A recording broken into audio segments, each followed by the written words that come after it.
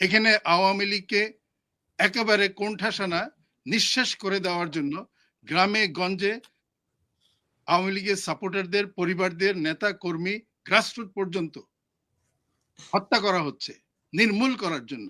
এই 17 বছরে আওয়ামী লীগ কি এত বড় অন্যায় করে ফেললো যে যুদ্ধাপরাধী দল বাংলাদেশে নির্বাচন করতে পারবে এবং আওয়ামী লীগ ব্যান্ড সহকারে নির্বাচনে অংশগ্রহণ করতে পারবে না? তাহলে কি আমরা ধরে নেব বর্তমান বাংলাদেশ ইস্ট পাকিস্তান হয়ে গেছে? ইসলাম ভাই, আপনি কিভাবে দেখছেন নির্বাচন? শুনলাম আমরা বাংলাদেশের রাজনীতিতে এবং বাংলাদেশের সকল সরকারের অধীনে যেই ধরনের নির্বাচন হয়েছে সেগুলোর আমরা সাক্ষী, এবং এই নির্বাচনগুলোর কোনোটাই, যেমন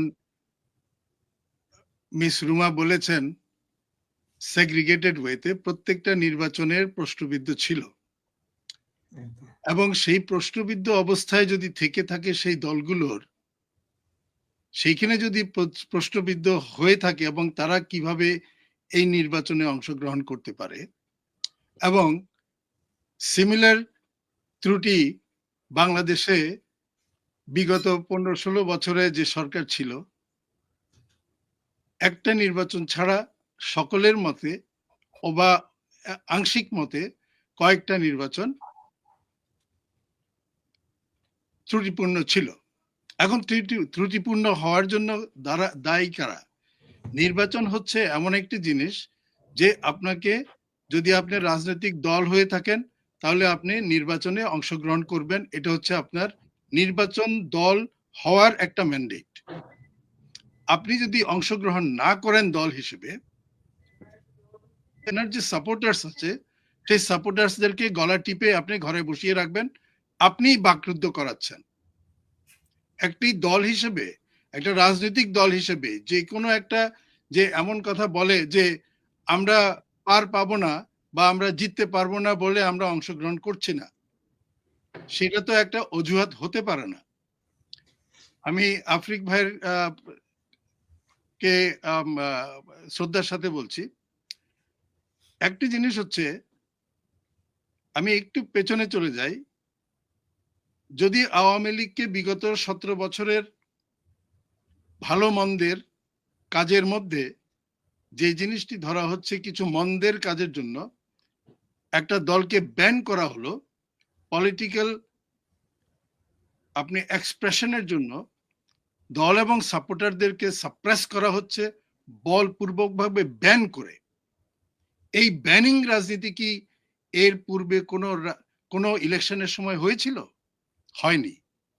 আপনি 24-এর জায়গায় যদি আমার যদি ন্যারেশন হয়, তাহলে 24-এর জানুয়ারিতে যে ইলেকশনটা হয়েছিল সেইখানে 71-এর পরাজিত শক্তি সম্বলিত সংগঠিত যারা ছিল সকলেই কিন্তু নির্বাচনে অংশগ্রহণ করেনি, এবং যে নির্বাচনটি হয়েছিল 24-এর জানুয়ারিতে, ফলশ্রুতিতে দেখা গেছে যেহেতু ওনারা অংশগ্রহণ করেনি, তাহলে 71-এর সপক্ষের সকলেই দল নির্বিশেষে যারা ইন্ডিপেন্ডেন্ট ছিল, স্বতন্ত্র ছিল, তারাও কিন্তু 71-এর পক্ষের শক্তি সংসদে গিয়েছে।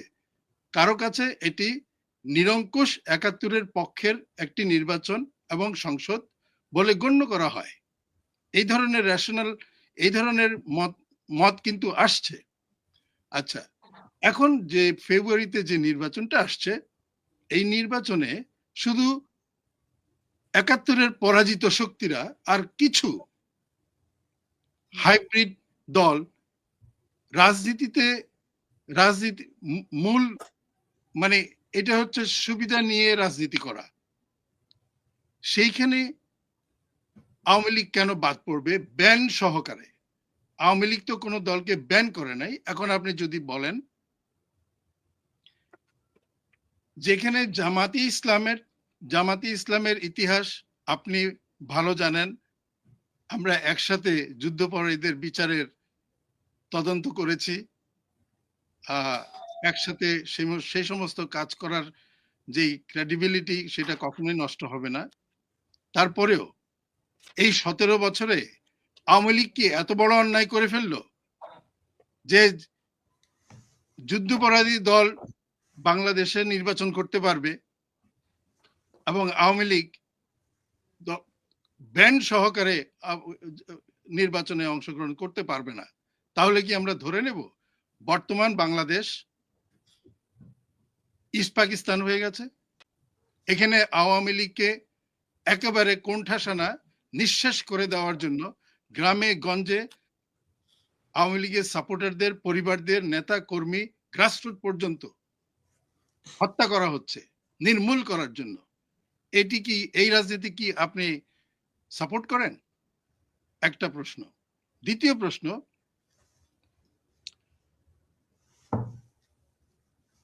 ভোট দিতে আপনি কিছু জায়গায় ভোট দিতে পারেননি, সেটি আপনি কি ভোট কেন্দ্রে গিয়েছিলেন? পার্টিসিপেশন তো আপনার দল করেনি, তাহলে আপনি ভোট কেন্দ্রেও যাননি। এখন কথা হচ্ছে, যদি আপনি পার্টিসিপেট না করে থাকেন বা আপনার দল যদি পার্টিসিপেট না করে থাকে এবং আপনার দলকে যদি সরকার বা যারা নির্বাচন কমিশন যদি আপনার দলকে ব্যান না করে থাকে, তাহলে আপনার নির্বাচনে না যাওয়ার তো কোনো কারণ দেখছি না।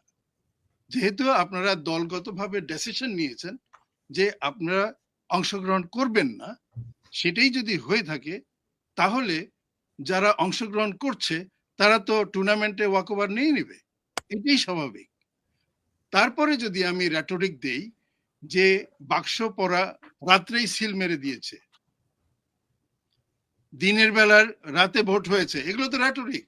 পলিটিক্সে এই ধরনের রেটরিক, এগুলো পারসেপশন, এগুলোর প্রমাণিত পারসেপশন, রাইট? কিন্তু এটার কোনো লিগ্যাল বেসিস নেই। এখন কথা হচ্ছে, আমি আরেকটি জায়গায় যাচ্ছি, সেটি হচ্ছে যেহেতু বিগত 17 বছরেরটাই সবচেয়ে বেশি সেই সরকারের প্রতি বেশি আঙ্গুলি দেখানো হচ্ছে, তার মানে হচ্ছে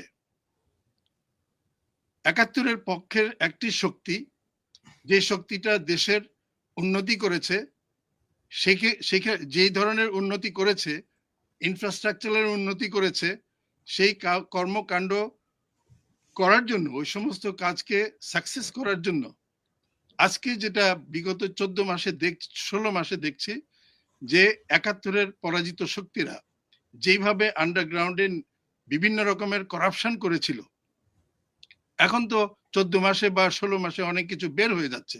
সিন্ডিকেট তৈরি করেছে জামাতের লোক, ছাত্রলীগের ভিতরে অন্যায় অত্যাচার, অন্যায় কাজ করেছে শিবিরের ছেলে। আজকে বিএনপির ভেতরে বিএনপির তকমা লাগিয়ে যে সমস্ত অন্যায় মারধরের কাজ হচ্ছে, নিহতের কাজ হচ্ছে, সেগুলো সব শিবির করছে, কিন্তু নাম পড়ছে বিএনপির। বিএনপি কিন্তু সাফার করবে সেম ওয়েতে।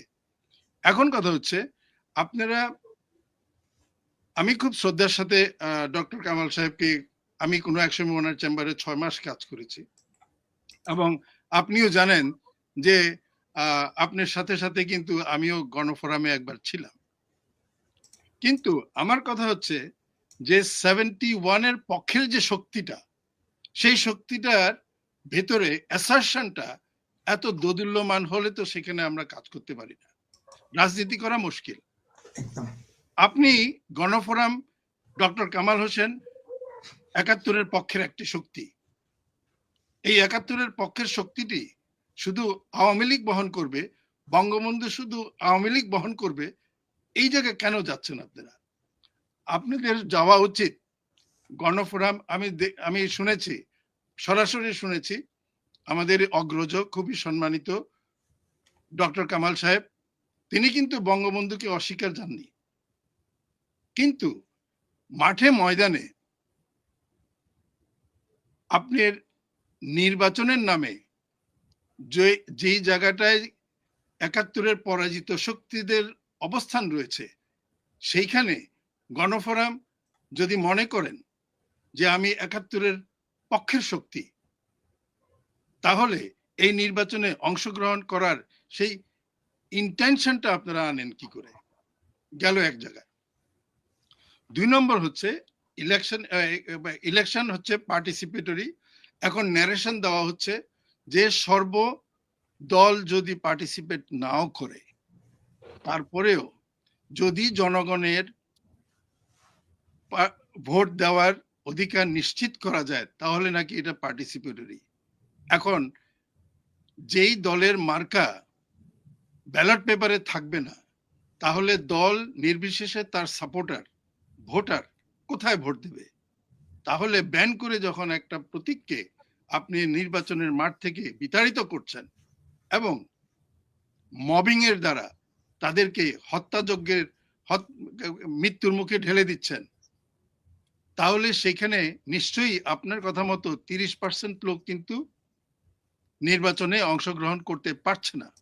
তাই যদি হয়ে থাকে, বাংলাদেশ আন্তর্জাতিক কোভেনেন্টের ICCPR এ আপনার আর্টিকেল 25 অনুযায়ী সে কিন্তু শপথবদ্ধ সেখানে কি